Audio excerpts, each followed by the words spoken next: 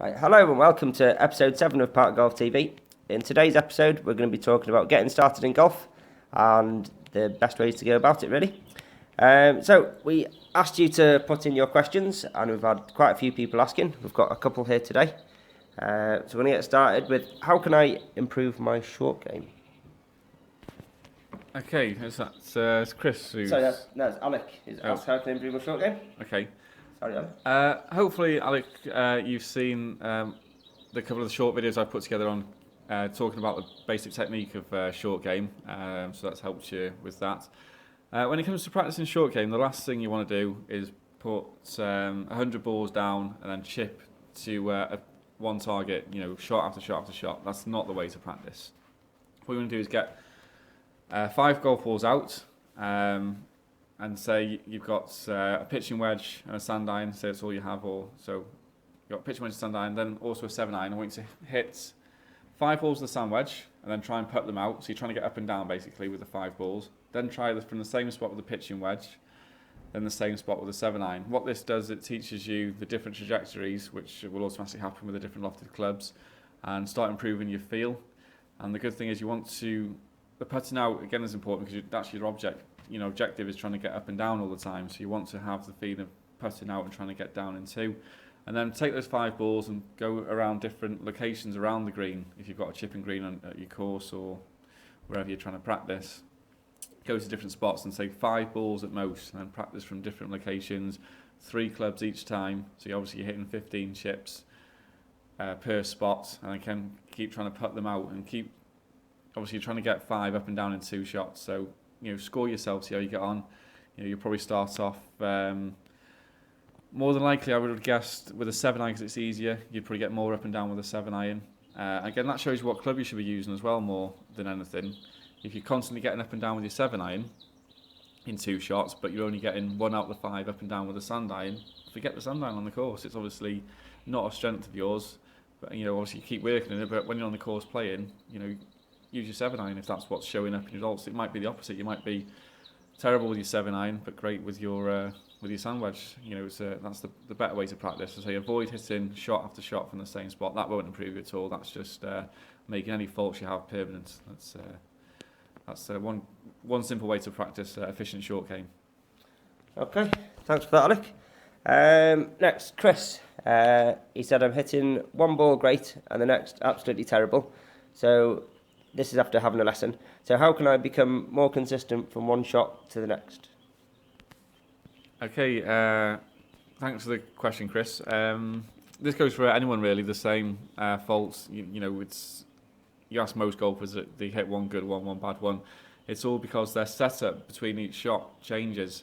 For example, you got a chap who's got a 7 iron in his hands. He hits 3 golf balls.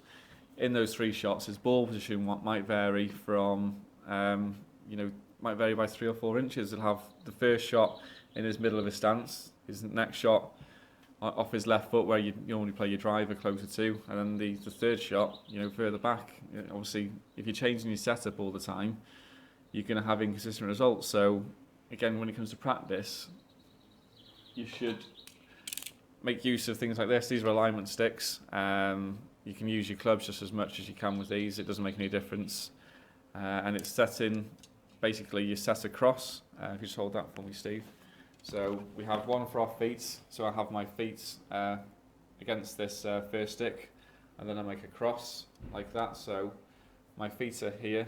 The ball position is always opposite this, and when I look down, I can see where this is in relation to my feet. So I'm always practicing the right ball position. So if I know I want to hit my 7 iron just ahead of centre every shot, I can make sure my feet are square.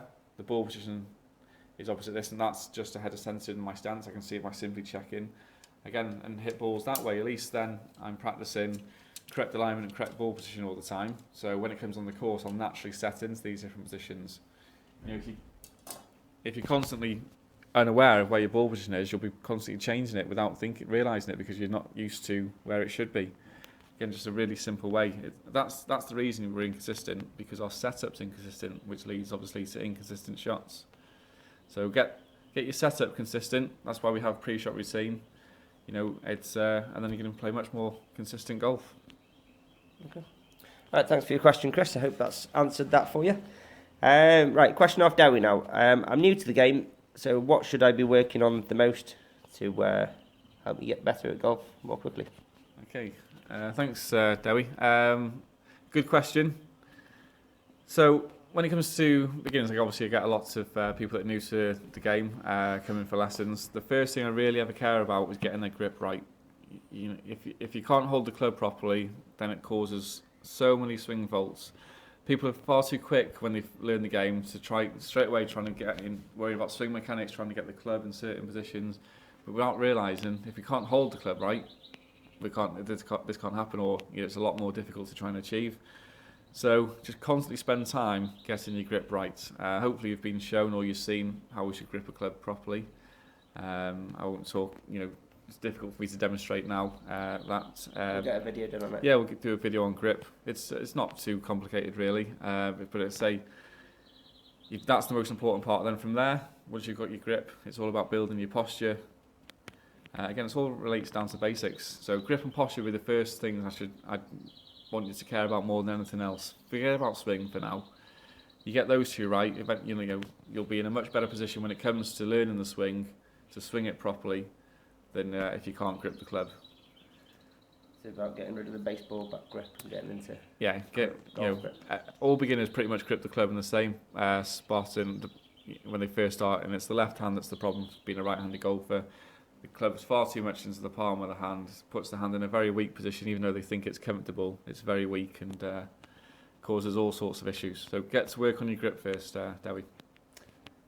Okay, thank you very much all for your questions. We've got a few more that we have lined up for next week's show, but as always, whatever you want to ask us and to get more educated about golf and get you on a better track with your golf, just post them below in YouTube comments.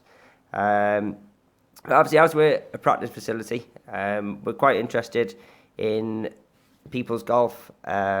So this week we've got a question of the day, which is, how often do you practice and how long for?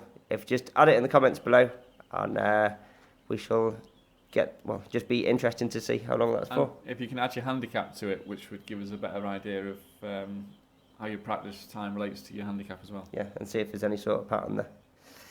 Okay, that's all for episode 7. We shall see you next week for episode 8.